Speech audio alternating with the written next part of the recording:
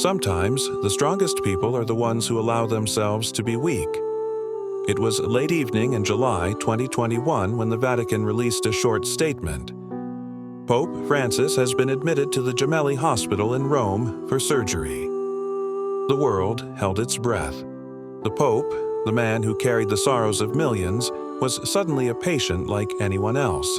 No grand halls, no marble floors, no papal garments.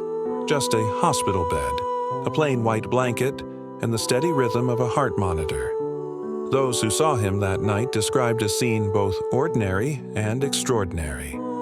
Nurses whispered in the hallway. Doctors moved quietly.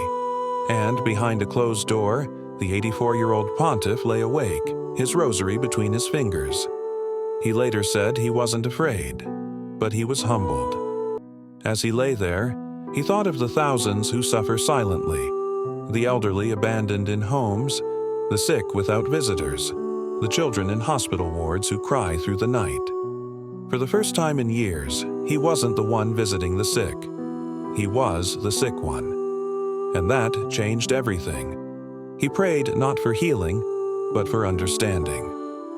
"Lord," he whispered, "help me feel what they feel, so I may love them better."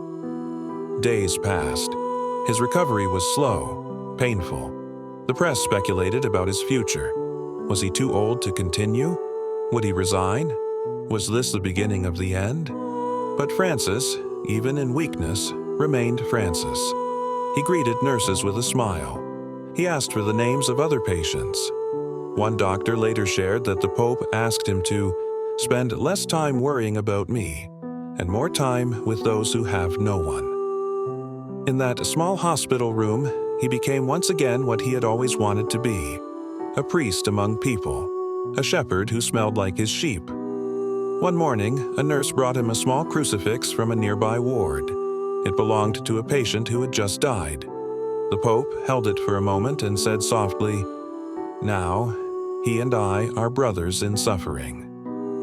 That night, he couldn't sleep.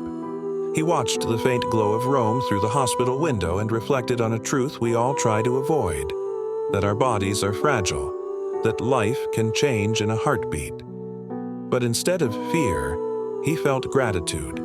Because weakness, he realized, is not the opposite of strength. It's the door through which compassion enters.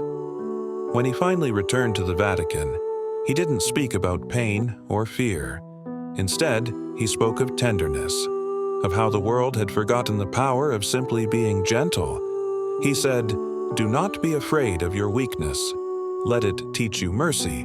Those words touched millions, not because they came from a pope, but because they came from a man who had faced his limits and found grace within them. And perhaps that's the lesson for us all today, in a world obsessed with productivity, youth, and control. True strength isn't about standing tall. It's about kneeling beside those who have fallen, and knowing that one day we will need someone to kneel beside us too.